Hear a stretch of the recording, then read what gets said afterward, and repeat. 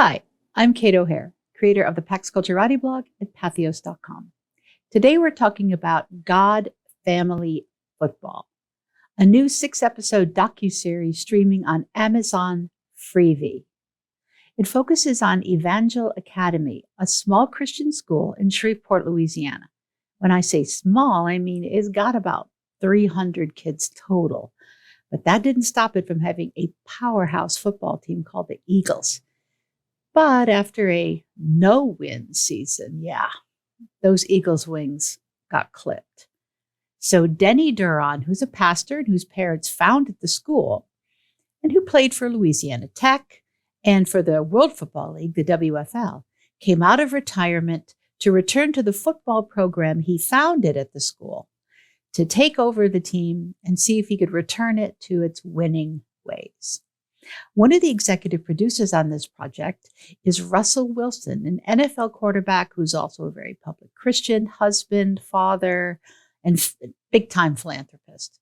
He used to be quarterback for my favorite team, the Seattle Seahawks, and now he heads up the Denver Broncos. Over the 6 episodes of the show, you get to know the kids, a lot of whom come from single-parent families and challenging circumstances, and you'll just fall in love with them. It's very family friendly. I think somebody swears once during a game, but it gets bleeped. It's perfectly suitable for middle schoolers and up, and it just might fill that Friday Night Lights shaped hole in your heart. So today I talked to Denny Duron, and stay tuned for that. Got it. Thank you. So where did this idea come from to turn the story of Evangel Academy into God, family, and football? Well, I met this young man when he was 12 years old, Aaron Benward, and he and his dad eventually formed a singing duo for contemporary Christian music. And so then he was with a country group, and then he got into producing, was doing very, very well. And so he would say to me, one of these days, I'm going to do your story. And of course, I didn't know what story that was, but he loved the fact that we'd won championships at this tiny little school. And I thought maybe that would be it. Well, 3.5 years ago, I was talking to him on the phone and he said, "How's the team doing?" I said, "We haven't won a game." And that was the first losing season since 1990. So he was shocked by that. He said, "Well, what are you going to do about it?" I said, "I'm coming out of retirement." He said, "When?" I said, "Tomorrow." He said, "I'm coming. That's the story I want to do." And that's where it came from, was his heart. He just decided that this was something he wanted to cover, to see if we could really restart this thing. And of course, for me, it was about much, much more than that. It wasn't just the record we wanted to improve on, because we've done that. But I wanted to see these kids really touched and have an opportunity to speak into their lives. I know that, excuse me, I have a mint. I know that Russell Wilson has his Why Not You Foundation, and he's starting Why Not You Academy. So obviously, youth sports and youth education are really important to him. So how did he get involved? Russell Wilson, the former quarterback of my Seahawks, the current quarterback of the Denver Broncos, and a big philanthropist in general. So how did he get involved as an executive producer of this? Well, when he became acquainted with the project, he just fell in love with it. He literally said, "Hey, this is what I'm about. This is the kind of thing I want to do." And so it was not a hard sell. I think that we share a lot of things in common: our love for Christ, our love for helping young people, and our enjoyment of this game of football. When the Damar Hamlin incident happened last January, the young man who had the cardiac arrest on the field, I was watching Monday Night Football that night, and just watching the absolute tsunami of prayer that poured out, not just from people, but this was the kind of game that everybody was watching. It was late in the season, and Bills, Bengals, and all that. And there were some quarters where people seemed a bit surprised. And I'm like, how long have you covered football that you should be surprised that there are a lot of very vocal religious people, primarily Christians, in football? And I remember asking a former NFL player who used to work, Matt Burke, he used to be with the Vikings and with the who else was he with? The Ravens. And I'm like, what is this? Because he's a big religious guy, and he's like, this game will put you on your knees. You might as well start there. So interesting. Yeah. Another thing that was overwhelming to me was how many people that were not religious were praying. I mean, Everybody was praying. It was crazy. Yeah, the whole I wrote an article about the tsunami of prayer, and it just continued. And every time at the ESPY Awards, they gave the medical team an award, and of course their outstanding medical care and the doctors and all of that. But they all also give credit to the power of prayer. So in your life and in your experience and the kids you work with, what is that thing between football and faith? Yeah. Well, I've always done football because it is a place that kids gravitate to. And it gives me an opportunity to share the message of the gospel of Christ and my own experience with the Lord. And I've done that my whole life. When I accepted a scholarship to play at Louisiana Tech University, it was because I felt God called me there. And the exact words that I heard deep in my heart were these: I've called you here to play football for my glory. Now, I didn't know what that looked like. We didn't have any Tim Tebows in my day. But we saw God do amazing things during that season of time. And so from that time to this, football, as Teddy Roosevelt once said about the presidency, has become a bully pulpit for me to be able to share with kids. This morning, we had a wonderful devotional, as we do every single day with these kids. And I asked them at the end of the teaching, I said, now tell me, what does all of this teaching the Bible, this praise and worship have to do with football? And they shouted back at me, absolutely nothing. And I said, you're right. And I said, why are we doing this? They said, so we can become better men. Well, on occasions, I've also asked them a third question, and that is, would you be here allowing me to teach you the word of God if you weren't on this football team? And they have always honestly said, probably not. So for me, it's always been a way to gather kids, to be able to give them the principles of life. And I mean, it's so rewarding because a lot of our little boys, they don't have dads. And so you step into that role and they're just so anxious to open their arms wide and let you be that to them. And, we're tough coaches. We want them to learn the fundamentals. But I think that we have been able to embrace the thing that great coaches throughout the years have been able to embrace, and that the child, the kid, the player, the man is more important than the outcome. Well, football also it's a pure team sport because there is no such thing as individual achievement. No, there isn't. You don't do a thing unless somebody is putting their body in front of somebody else to protect you. Sure. Or you're the guy doing the protecting. There is just no moment like you're standing at the plate with your bat in your hand or whatever you're doing. That doesn't exist. No, it doesn't. In football. So you'd better become a team. You'd better become a brotherhood because literally it's the nearest. I mean, it's a far cry from real combat, but it's the nearest civilian kind of non-military analog. I totally agree. Men in combat. I'm so glad to hear you say that, because that is exactly the way I feel about it. And the discipline of the military, well, it's, at the top, but I think right under there somewhere is the discipline of a football team. You're depending on the guy next to you. And if he doesn't do his thing, you don't do yours. That's right. Talking about got kids without fathers.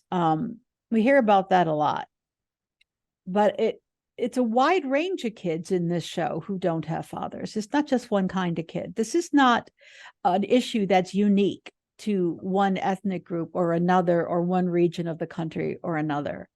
So talk about what this program means, in the lives of kids like Toad, and the other kids in the show whose fathers are either completely out of the picture or just largely absent. Yes. Well, it means several things. Okay. It means that we have to really be sincere and active when we say we want to be dads to these kids. It's not just about we're coaching you for 2 hours or 3 hours a day and we're never going to see you or talk to you or be concerned about you again. I can honestly say that I have a staff that will pull kids off to the side, sit down and talk to them about their lives. Coaches that are anxious to pick them up if they don't have a ride and get them there, and stop through McDonald's and make sure that they get them a, Egg McMuffin. I mean, we have a wonderful group of men who have been dads first and are dads first. We've got some young dads on the team as well. And they understand how to really care about these kids. And, you don't always have to tell them a lot that you care about them. I stand at the door as they leave the meeting room every morning and I shake hands with them. They have to give me a firm handshake and look me in the eye. I like it. And so that's, we're going to teach That's that. so important. And nobody teaches kids that these days. And when they look me in the eye, every morning they hear a grown man say, I love you. Oh. And that is maybe one of the most important moments in our day. But, I don't have to manufacture that. That's not a ploy that I get to somehow share as, at a coach's clinic, some strategy. And that's not just a feel good thing that I get to share with you. It's the truth. It's reality. I do love them. I love them. And I want to see them become all that they can be in life. This past year, we lost 3 of our ex-players in rolling shootouts, gang warfare, just not far from here where I'm sitting. And every time that happens, your heart just sinks and you say, oh God, was there any way that we could have done more to reach those babies before they decided that the only family that they could have was that gang?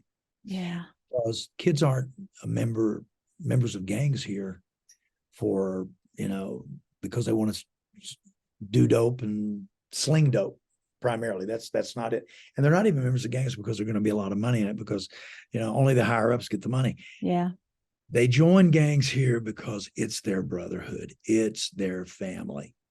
And so we want to provide that here, at the football level. We also want these kids to be able to see men who are flawed men. We're not perfect men. We don't ever claim to be. And the cool thing about God Family Football is that this is not a dog and pony show where we're trotting out the best version of ourselves. It is what it is. It is what it is. That's exactly right. And we want it to be. We want it to be, because we want the message that is sent to our boys and anybody who watches this show is God's not looking for perfect people. God is looking for somebody that will love him and somebody that he can love and somebody that he can reveal his will to. And when people get that deep in their spirits, hopefully our players get it, then they have a future that not only is bright, but it is a future that is accompanied by the living God himself. And of course, all good things come with a price. And one of the reasons that I think Matt said that football will put you on your knees, because it literally will put you on your knees. It's brutal training, incredibly hard physically and dangerous. Yeah. And you deal with that because, kids get concussions in the course of the season. Kids get hurt. A lot of moms and dads are worried now about letting their kids play football. Although my dad had all of his knee issues from soccer. Yeah, but I don't can think see that. I can see that. Bouncing a soccer ball off your head is the best idea without a helmet. But so how do you kind of address those concerns that are legitimate concerns? I mean, although it wasn't necessarily unique to football, we all saw Damar Hamlin literally die on the field. And that has not happened in decades and decades. No. And I mean, it could have happened in a car accident, the thing that happened to him, but still, we see all range of injuries and things. So how do you talk to parents about that? How do you feel about that? Well, number one, I don't tell parents anything about that because they've got to fight through this and come to their own conclusions about their son. And if they don't want their son on that field, they shouldn't put him there on that field. And, and I would totally and completely respect that.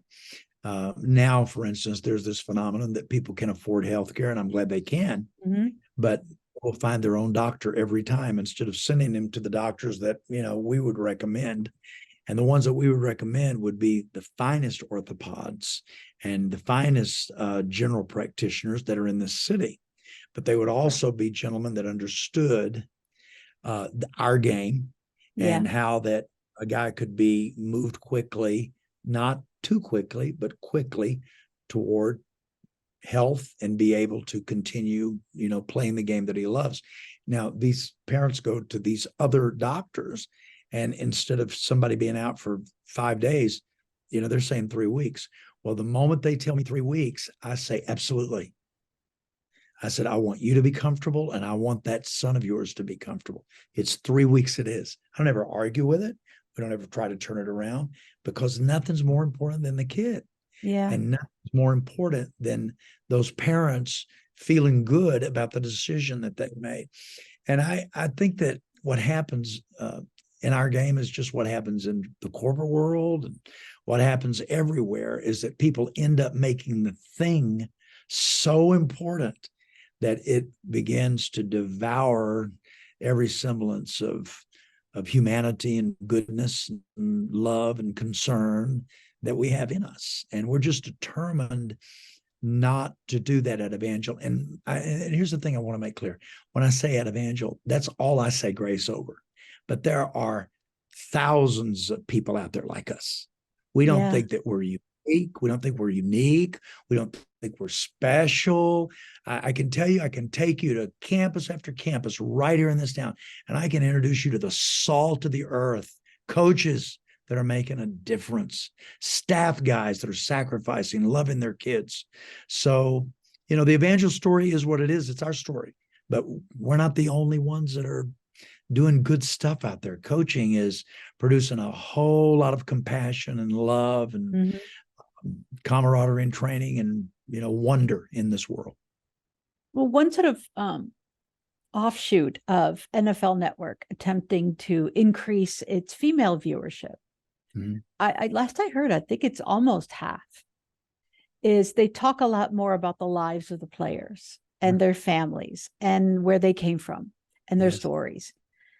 The most incredibly, like if anything could happen to a young man in America, good, bad, and in between, you'll hear about it in the story of a football player. It's one of those little microcosms that you could learn a lot from. And the stories, I mean, there's very difficult stories. There's the Aaron Hernandez story. I mean, there's stories that end very badly. That was heartbreaking. That was unbelievable. But there's also stories of guys who might never have gotten an education at all. Guys who might never have left their hometown, if not for football. I think I read somewhere that like one in every, God, I'm going to get this number wrong, but I think it's like one every 4,000 people from Bradenton, Florida was in the NFL. Something like that. I could be 14, but it's crazy either way. It's not that big a town. That this culture, it has its upsides and its downsides, but it helps so many kids, so many boys, especially. We worry a lot about girls today. Well, we almost sometimes forget to worry about boys. And boys have needs just like girls do. Yes, they do. Yes, so they're tender. Their hearts are easily touched or easily broken. And it's important that we have oversight, not only at home, but, it takes a village to be able to reach these young men and touch them and see them become what they want to be in their hearts. I totally agree. How many people have you sent to the NFL? Well, we have 5 active right now. Wow. If they can hang on, then we could have 8 next year. So wow. So we've had That's quite not a bad for a little school in Shreveport. tiny school. We have, you know what our school population is. You probably already checked it out, right? Yeah. I did, but I probably don't. I don't have it on the top of my tongue right now. 9 through 12 were 300 kids. Oh, for Pete's sake. That's crazy. That's crazy. Now, here's the amazing thing. This, you'll have to believe me on this, but we don't recruit. We've always let kids come to us. There are reasons. One is because when you recruit a kid, you always bring him in and make him feel special. And we can't do that. There are no divas in football, and there shouldn't be. All of our kids, it's not a sport that does well with divas. Right. But at the next level, they make them feel like they're divas until the first day of practice, at least. Yeah. But at this level, it's always going to be like a DB or a wide receiver or some, a quarterback. And here the guys on the line going, yeah, bud, you're super special. If I don't block somebody, you're not going to be very special very long. That's true. So these kids just come to us. That's the story of Evangel. We just are so thrilled about how that they want to be here. And do colleges look at your kids? Oh yes, it's a parade through our school. It has been for years and years and years. We've had 2 players of the year with USA Today. Wow. Well, how do you form these kids? Because when they go off to college, that's another whole world. Yeah. And if they make it to the NFL, that's another whole world. So what do you most want to give them to make sure that when they go out into that larger world with its panoply of temptations and the potential of money, and now even name, image, likeness money in college, so that they don't implode at some point or go off the rails? That's so good. What a great question. That is why we do the Bible study every day, and why we take the principles of God's word, both the Christian scriptures, the Hebrew scriptures, and we make sure that they get a foundation as far as the character of God, what God says character is. And then we spend time with them. Hopefully we're in some way acting out the kind of life and living out, I should say, the kind of life that we want them to emulate. Talk is cheap. So they're around us with our wife, and they see whether or not we respect our spouse, the way we talk to our wife. Mm-hmm. If there's kindness there, they see the way that we pay attention to our children, spend time with them. They watch us in tight situations to see if we lose our cool and maybe parts of our character as well during those times. Mm-hmm. So I think that the answer is, in finality, the answer is we love these kids. And because we love them and they know we love them, they trust us, and we are able to speak into their lives. And the truth is, we're always speaking to their future. We're always speaking to their future. Because this many will wind up in the NFL. Yeah. This many may get recruited to college, but y'all got this many. Yeah, it's true. That's just the truth. It is. Yeah. And it's so much fun just to wake up every morning with my hair on fire and be able to go to that field house and your fancy new field. There you go. We love that.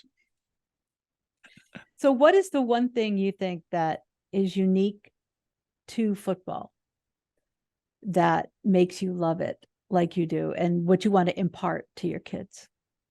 Well, I think it's the